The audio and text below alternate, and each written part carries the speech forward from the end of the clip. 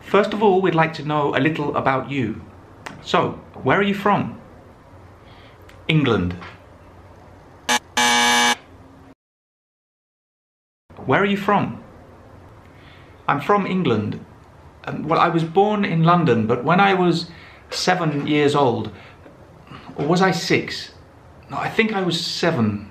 Or maybe I was 6, I don't remember. I have to ask my parents. But when I was young, we moved to a small town or a big village.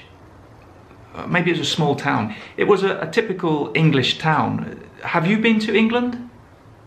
Have you been to England? Where are you from? Well, I'm from England. I was born in London, but when I was 6 years old, we moved with my family to the English countryside, to a typical quaint English village in Cambridgeshire. And that's where I grew up.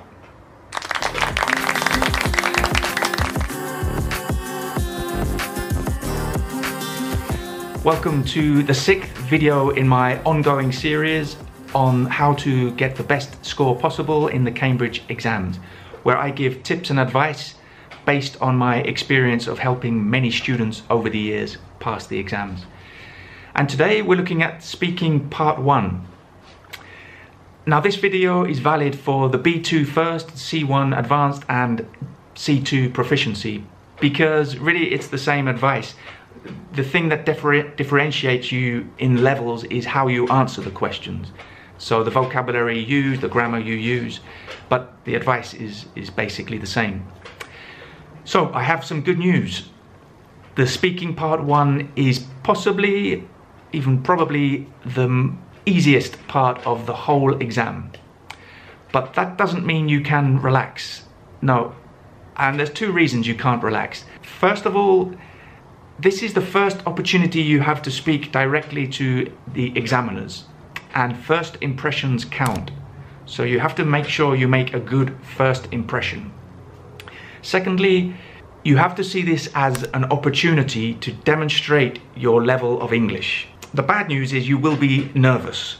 Okay, that's inevitable. Unless you're one of those few lucky people who just don't get nervous in these situations, you will be nervous.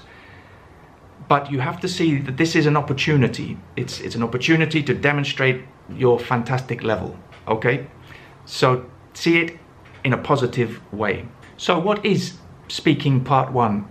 Well, it's a short conversation between the examiner and each candidate individually. And the focus is on general social and interactional language. So the examiners will usually ask 1 or 2 questions about the candidate themselves, and then they will ask more general questions about other subjects. For example, their leisure time, their studies, their future plans, travel, holiday experiences, and their daily routines. So how should you answer those questions?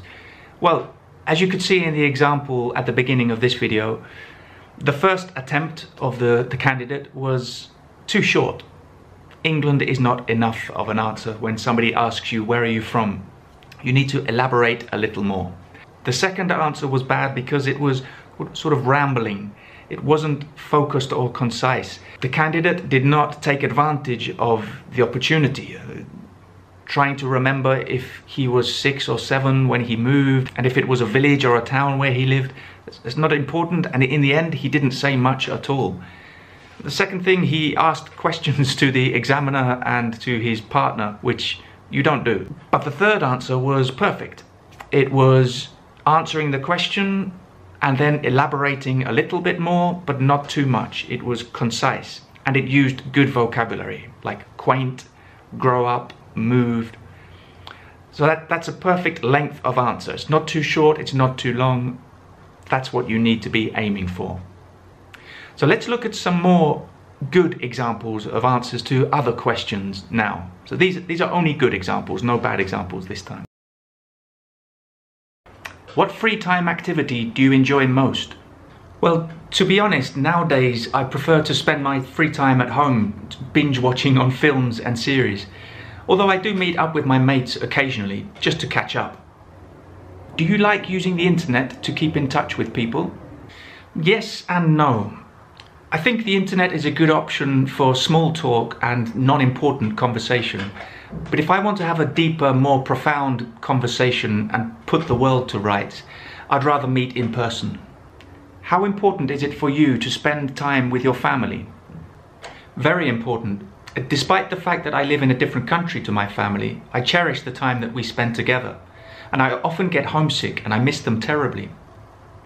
So there you can see the perfect answers for those questions. Not too short, not too long, fluent, no hesitations, no and using good vocabulary. Now don't worry, some of that vocabulary is proficient vocabulary, so if you're studying for the first, don't panic and think you have to use that type of vocabulary.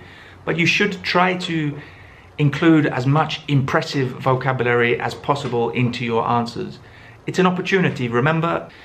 As I said, you will be nervous, that's okay. The nervousness will help you focus. But this speaking part 1 is a good opportunity to start to relax, to get used to the environment you're in, speaking to the examiner, and just calm down for the next parts of the speaking, which are more difficult.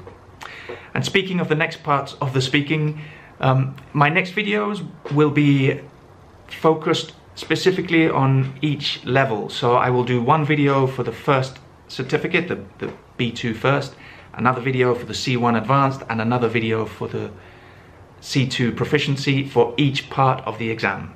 So I recommend you subscribe so you don't miss them and other future videos I'll be making coming soon. Okay, thank you for joining me. I hope this helped. Let me know in the comments if you have any other tips or questions, and I'll see you soon for another video. Bye.